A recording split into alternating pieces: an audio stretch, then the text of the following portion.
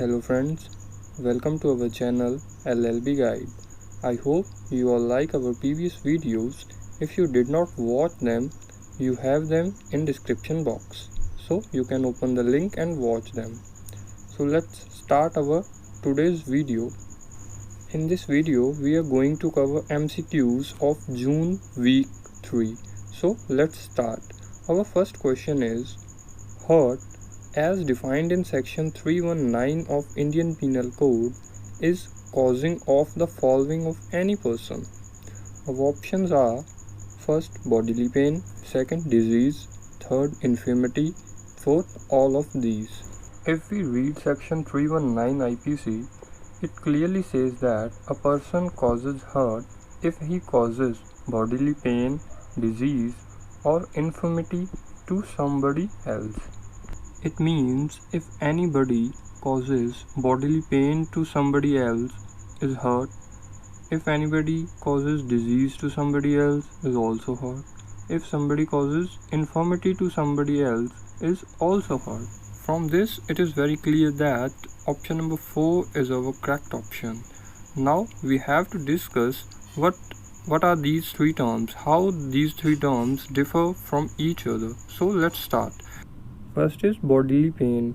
What do we mean by bodily pain? Bodily pain includes a touch. This touch may be direct touch or indirect touch. For example, if someone slaps other, then that is direct touch. If someone hits another by a rod or stick, it is indirect touch. So the touch which causes pain to you is bodily pain. So इसका मतलब है कि कोई भी अगर आपको touch करता है जिससे आपको पेन हो, चाहे वो टच डायरेक्ट हो चाहे वो टच इनडायरेक्ट हो, वो हर्ट की कैटेगरी में फॉल कर जाएगा. ठीक है friends. Second thing is disease. अब डिजीज़ क्या है? डिजीज़ एक कॉन्टेजियस डिजीज़ भी हो सकती है, डिजीज़ एक इन्फेक्शियस डिजीज़ भी हो सकती है. इन्फेक्शियस डिजीज़ वो डिजीज़ होती है जो थ्रू एयर फैले, थ्रू एयर कम्युनिकेट हो, और कॉन्टेजियस डिजीज़ वो डिजीज़ होती है जो थ्रू टच कम्युनिकेट हो. तो कोई भी डिजीज़ हो, दोनों कोई भी अगर डिजीज़ कॉज कर रहा है आपको या आप किसी को कर रहे हैं तो वो भी हार्ट की कैटेगरी में फॉल होती है. Third is infirmity. अब इन्फर्मिटी क्या है, ये सबसे बड़ी कन्फ्यूज़न होती है बच्चों को. इन्फर्मिटी का मतलब होता है मेंटल इलनेस. अब ये मेंटल इलनेस ज़रूरी नहीं है कि परमानेंट हो. ये फॉर एग्ज़ाम्पल कोई आपको मारने आ रहा है और आप उसको देख के डर के मारे बेहोश हो गए, ये भी इन्फर्मिटी है कि एक तरह से भौचक्के रह जाना या बेहोश हो जाना, ये इन्फर्मिटी है. तो अगर आप किसी को मार रहे हो या कोई आपको मार रहा है और दूसरा पर्सन या आप बेहोश हो गए, तो वो भी हर्ट है. चाहे उसने टच किया, चाहे आपको बॉडीली पेन हुई या नहीं हुई, वो हर्ट की कैटेगरी में फॉल हो जाएगा. सो फ्रेंड्स, अगर आपको कोई डराए धमकाए या मारने की कोशिश करे तो कम से कम बेहोश होने का नाटक तो कर लेना ताकि वो हार्ट की कैटेगरी में फॉल हो जाए. Friends, one more thing we need to understand is that कि ये जो पर्सन वर्ड यूज़ हुआ है सेक्शन 319 में, वो पर्सन वर्ड जो यूज़ हुआ है सेक्शन 11 ऑफ आईपीसी में. अगर हम सेक्शन 11 ऑफ आईपीसी पढ़ें तो उसमें पर्सन की डेफिनेशन दी गई है, जिसमें कि उन्होंने बोला कि person includes body of persons, corporate body, चाहे इनकॉर्पोरेट बॉडी हो चाहे कॉर्पोरेट बॉडी हो, फॉर एग्जांपल कंपनीज़ वगैरह जिनके कोई फिजिकल स्ट्रक्चर नहीं होता, कोई फिजिकल बॉडी नहीं होती, जो फ्लैश एंड बोन से बनी नहीं होती, वो भी पर्सन में इंक्लूडेड है. बट सेक्शन 319 का जो वर्ड पर्सन है उसमें ये टर्म्स कवर नहीं है, बिकॉज ये ज्यूरिस्टिक बॉडीज़ हैं एंड इनकी कोई फिज़िकल बॉडी नहीं है. जब तक किसी चीज़ की कोई फिज़िकल बॉडी नहीं होती, हम उसको ना ही बॉडीली पेन दे सकते हैं, ना ही उसको कोई डिजीज़ दे सकते हैं और ना ही इन्फर्मिटी दे सकते हैं. तो इसमें पर्सन का मतलब होगा एक ह्यूमन बीइंग, चाहे वो मेल हो चाहे वो फीमेल हो. ठीक है. इसमें बॉडी कॉर्पोरेट्स या फिर कंपनीज़, कोई भी ज्यूरिस्टिक पर्सनस कवर नहीं होंगे. एंड सेकेंड थिंग इज़, ये जो वर्ड पर्सन है वो कोई अदर पर्सन होना चाहिए. अगर कोई पर्सन अपने आप को बॉडीली पेन दे रहा है, अपने आप को डिजीज़ दे रहा है, अपने आप को इन्फर्मिटी दे रहा है, कैसे भी करके, वो इस डेफिनेशन में कवर नहीं होता, वो सेक्शन 319 की डेफिनेशन में नहीं आता, तो वो हर्ट नहीं है. सो आई होप ये सारी बातें आपको बिल्कुल क्लियर हो गई होगी. अब सेक्शन 319 का एक एक पॉइंट आपको पूरी तरह से क्लियर हो गया होगा. So let's move to our next question. Going to next question, one thing more I have to clear that ये जो हर्ट है सेक्शन 319 में सिर्फ हर्ट को डिफ़ाइन किया गया है, ये पनिशमेंट नहीं है, ये सिर्फ डेफिनेशन है कि हर्ट क्या है। अगर हम पनिशमेंट देखें तो पनिशमेंट हर्ट की पनिशमेंट हमें नहीं दी गई, पनिशमेंट हमें दी गई है whoever voluntarily causes hurt, मतलब जब तक कोई पर्सन हर्ट वॉलंटरली कॉज नहीं करता उसको पनिशमेंट नहीं मिल सकती। वॉलंटरली कॉजिंग हर्ट क्या है, वो सेक्शन 321 में डिफाइन किया गया है, एंड उसकी पनिशमेंट कहाँ है, सेक्शन 323 में उसकी पनिशमेंट दी गई है। सो अगर किसी पर्सन ने आपको बॉडीली पेन दी, अगर आपको कोई disease the, infirmity the, but वो वॉलंटरली नहीं था, तो वो पनिशेबल नहीं है। वो हर्ट तो है बट वो हर्ट पनिशेबल नहीं है। फॉर एग्जांपल, आप क्राउड में चल रहे हैं, कोई आप में कोलाइड कर गया, आपको बॉडीली पेन तो हुई बट वो उसका वॉलंटरी एक्शन नहीं था, तो वो हर्ट तो है बट वो पनिशेबल हर्ट नहीं है। अगर किसी ने आपको डिजीज़ दी, फॉर एग्जांपल हम सारे कोविड की सिचुएशन को फेस कर रहे हैं, अगर किसी को कोई कॉमन कोल्ड हो गया, कोई कोविड हो गया किसी को अगर, तो वो हो सकता है हमें किसी ने दिया हो, है ना, बट वो वॉलंटरली नहीं दिया, तो वो हर्ट तो है बट वॉलंटरली कॉज्ड हर्ट नहीं है, सो वो पनिशेबल एक्ट नहीं है। अगर हमें इसकी पनिशमेंट देखनी है तो वो सेक्शन 323 में दी गई है। Okay friends, I hope now everything is clear, so now move to next question. Our next question is Limitation Act 1963 came into force on, our options are 5 October 1963, 1st January 1964, 1st January 1963, 5 October 1964. For this we need to go to Limitation Act. Limitation Act की हम एक story सुनते हैं, उससे आपको काफ़ी सारे questions clear हो जाएंगे। लिमिटेशन एक्ट एक न्यू कंसेप्ट है, मतलब लिमिटेशन लॉ एक न्यू कंसेप्ट है। इससे पहले लॉ ऑफ प्रेस्क्रिप्शन हुआ करता था। लिमिटेशन क्या कहता है कि only remedy is bar but not right is bar, but law of prescription क्या था कि रेमेडी भी चली जाती है और राइट भी चला जाता है। तो लिमिटेशन का लॉ पहले हमारे पास नहीं था। जब ब्रिटिशर्स आए, ईस्ट इंडिया कंपनी आई, तो उन्होंने ये फील किया कि हमें एक लिमिटेशन लॉ की ज़रूरत है। उन्होंने पहले काफ़ी सारे रेगुलेशंस बनाए अपनी इंटरनल एक्टिविटी, अपने इंटरनल अफेयर्स को रेगुलेट करने के लिए। उसके बाद 1859 में एक यूनिफॉर्म लॉ ऑफ लिमिटेशन लाया गया, जो कि इतना कुछ खास अच्छा नहीं था, वेल अरेंज नहीं था, क्योंकि एक न्यू लॉ था। उसके 104 साल बाद आज का जो लिमिटेशन एक्ट है 1963 का, वो इनेक्ट किया गया। इससे हमारे दो क्वेश्चन क्लियर हो गए। ये दोनों क्वेश्चन प्रीलिम के क्वेश्चन हैं, ये दोनों प्रीलिम में काफ़ी बार पूछे गए हैं कि सबसे पहला लिमिटेशन एक्ट कब बना था, और आज का लिमिटेशन एक्ट भी हमें क्लियर हो गया कि उसके सबसे पहला बना था 1859 में, उसके 104 साल बाद आज का लिमिटेशन एक्ट बना है। जो ये आज का लिमिटेशन एक्ट है हमारा 1963 का, वो 36 ऑफ 1963 है। मतलब इससे पहले 1963 में लिमिटेशन एक्ट बनने से पहले 35 और लॉज पास हो चुके थे, ये 36th लॉ था। ठीक है फ्रेंड्स, अब इस लॉ से पहले, मतलब 1963 के एक्ट से पहले भी हमारे पास एक लिमिटेशन एक्ट था, वो था 1908 का। अब 1908 का जो एक्ट था उसमें बहुत सारी कमियां थी। फॉर एग्ज़ाम्पल, उसमें ये नहीं क्लियर था कि लिमिटेशन पीरियड स्टार्ट कब से होगा। उसमें बहुत सारे इलस्ट्रेशंस थे जो कि और कंफ्यूजिंग थे। उसमें वो वेल अरेंज्ड नहीं था, उसमें ये नहीं मतलब कैटेगराइज्ड नहीं था सारा कुछ। जैसे इस वाले एक्ट में शेड्यूल में हम देखते हैं कि कॉन्ट्रैक्ट्स के अलग दिए गए हैं, लिमिटेशन पीरियड, सूट्स का अलग, एप्लीकेशंस का अलग, उसमें सारा कुछ हौच पौच था।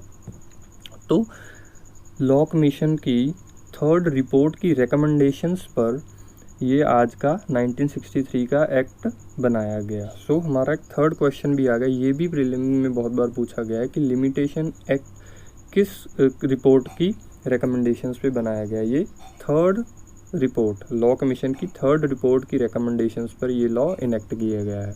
ठीक है friends, now if we read limitation act bare act, so उसके ऊपर एक डेट लिखी हुई है 5 अक्टूबर 1963। It is not the date on which it came into force, but it is the date on which it gets assent of president. So ये वो date नहीं है जो हमसे पूछी गई है। हमें क्वेश्चन में पूछा गया है कि ये लिमिटेशन एक्ट फोर्स में कब हुआ, मतलब लागू कब हुआ। इसे असेंट मिला 5 अक्टूबर 1963 को, बट ये लागू कब हुआ, ये हमारा क्वेश्चन है। इसके लिए अगर हम सेक्शन 1 पढ़ें तो उसमें ये साफ साफ लिखा हुआ है कि ये तब फोर्स में आएगा जब सेंट्रल गवर्नमेंट ऑफिशियल गैजेट में एक नोटिफिकेशन देगी। अगर हम बेयर एक्ट के फुट नोट्स में देखें तो वहाँ हमें डेट ऑफ कमेंसमेंट दी गई है कि किस डेट को ये फोर्स में आया। वो डेट है 1 जनवरी 1964, मतलब जब ये बना, अगर 1963 में बना, उसके नेक्स्ट ईयर पहले महीने की पहली तारीख को इसको लागू कर दिया गया। तो हमारा option 2 is our correct option. I hope अब आपको ये सारी स्टोरी समझ में आ गई होगी, एंड अगर आप इस स्टोरी को समझ लेंगे तो आपके 5-6 क्वेश्चन आराम से आपको याद हो जाएंगे कि लिमिटेशन, सबसे पहला यूनिफॉर्म लिमिटेशन लॉ कब आया, 1859 में। उसके बिल्कुल 104 साल बाद आज का लॉ आया जो 1963 का लॉ है। ये 36 ऑफ 1963 है। एंड इससे पहले हमारे पास कौन सा लॉ था, 1908 का लॉ था, जो थर्ड रिपोर्ट लॉ कमीशन की थर्ड रिपोर्ट की रिकमेंडेशंस पे न्यू लॉ इनेक्ट किया गया, जो लॉ था 1963 का। ठीक है फ्रेंड्स, अब आपको ये सारी पता चल गई होंगी, ये सारे डेट्स याद हो गई होंगे आई होप। और ये इम्प्लीमेंट कब हुआ, 1 जनवरी को। इसको असेंट कब मिला, 5 अक्टूबर को। ठीक है, अगर इन ब्रीफ हम इसकी स्कीम देखें तो इसमें इसके 5 पार्ट्स हैं, 32 सेक्शंस हैं, एक शेड्यूल है, सेक्शन 28 एंड सेक्शन 32 इसके रिपील हो चुके हैं। इसका फर्स्ट पार्ट है प्रिलिमिनरी, सेकंड पार्ट है इसका लिमिटेशन, थर्ड पार्ट है इसका कंप्यूटेशन, फोर्थ पार्ट है एक्यूजेशन एंड फिफ्थ पार्ट है मिसलेनियस। तो इसको ऐसे आप याद कर सकते हैं, आपको 5 पार्ट्स याद हो जाएंगे।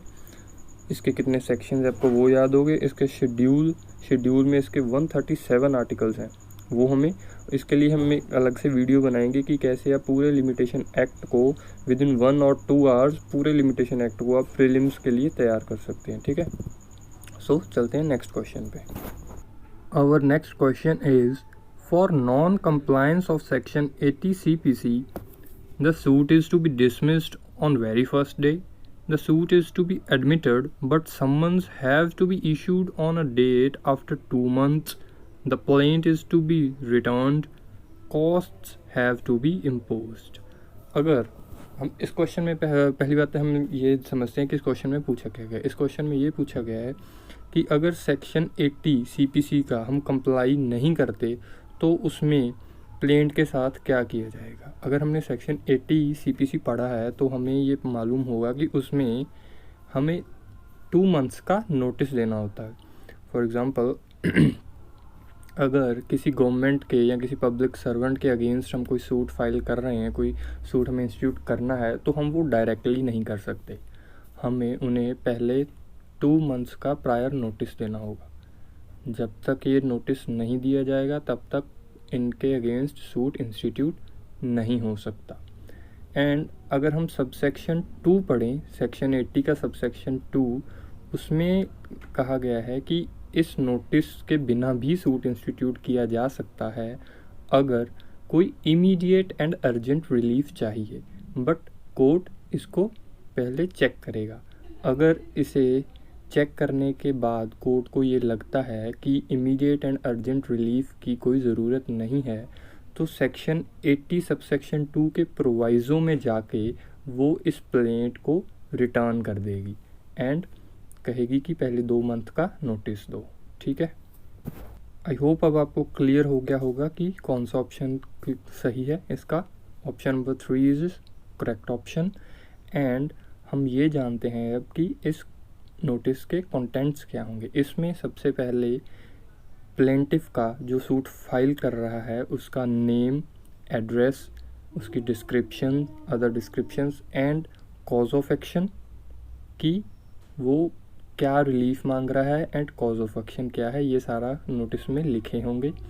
एंड जो प्लेंट जब डाली जाएगी उसमें भी ये एक स्टेटमेंट वो लिखेगा कि उसने ये सेक्शन 80 का नोटिस दिया था। ओके फ्रेंड्स, आई होप अब आप सबको ये क्लियर हो गया होगा। ये क्वेश्चन इजी क्वेश्चन था, इसमें कुछ ज़्यादा समझाने वाला भी नहीं था, कुछ ज़्यादा डिस्कशन भी नहीं थी इस क्वेश्चन की। तो let's move to our next question. Our next question is, cause of action arose on 1st January 2020. Limitation period is of 1 year. Plaintiff cannot file suit on. अब हमें 4 डेट्स दी गई हैं. इस क्वेश्चन को हम समझते हैं. इस क्वेश्चन में क्या कहा गया है कि 1st जनवरी को कॉज ऑफ एक्शन हुआ एंड हमारा लिमिटेशन पीरियड है 1 ईयर का. तो हमें ये बताना है कि प्लेंटिफ का last day of limitation period कौन सा होगा. क्योंकि अगर हमें लास्ट डे पता चल गया तो उससे जो नेक्स्ट डे होगा वहाँ पे जाके उसका लिमिटेशन पीरियड ख़त्म हो जाएगा and plaintiff cannot file suit on that date. So अगर हमने सेक्शन 12 पढ़ा है लिमिटेशन एक्ट का तो उसका सबसेक्शन 1 ये क्लियर करता है कि जिस दिन कॉज ऑफ एक्शन हुआ है वो दिन कभी भी इंक्लूड नहीं करते. मतलब लिमिटेशन पीरियड में से कॉज ऑफ एक्शन वाला दिन माइनस होगा. सो अगर 1st जनवरी को कॉज ऑफ एक्शन हुआ है तो 1st जनवरी को हम काउंट नहीं करेंगे. मतलब 2nd जनवरी को हम फर्स्ट डे काउंट करेंगे. इसका मतलब है कि पूरे 1 साल बाद मतलब 1st January 2021 is the last date of limitation period. So जैसे ही 1st जनवरी 2021 ख़त्म हुई उसका लिमिटेशन पीरियड ख़त्म and therefore option number 3 is a correct option because 2nd जनवरी 2021 को वो सूट अब फाइल नहीं कर सकता. उसका लिमिटेशन पीरियड 1st जनवरी 2021 को एक्सपायर हो चुका है. आई होप ये क्वेश्चन आपको क्लियर हो गया होगा. ऐसे क्वेश्चंस प्रीलिम्स में काफ़ी पूछे जाते हैं एंड इनमें बच्चे बहुत कंफ्यूज्ड हो रहते हैं. आई होप अब आपकी कन्फ्यूजन बिल्कुल दूर हो चुकी होगी. अब आपको बिल्कुल क्लियर हो चुका होगा कि इसका बैकग्राउंड क्या है, इसका बेस क्या है एंड इसका रीज़न क्या है, कौन से सेक्शन की वजह से हम जो कॉज ऑफ एक्शन का डे है वो एक्सक्लूड करते हैं. ठीक है, आई होप अब आपको बिल्कुल क्लियर हो गया होगा. तो let's move to our next question. Our next question is, the offense of section 361 IPC is basically against family, society, property, lawful guardian.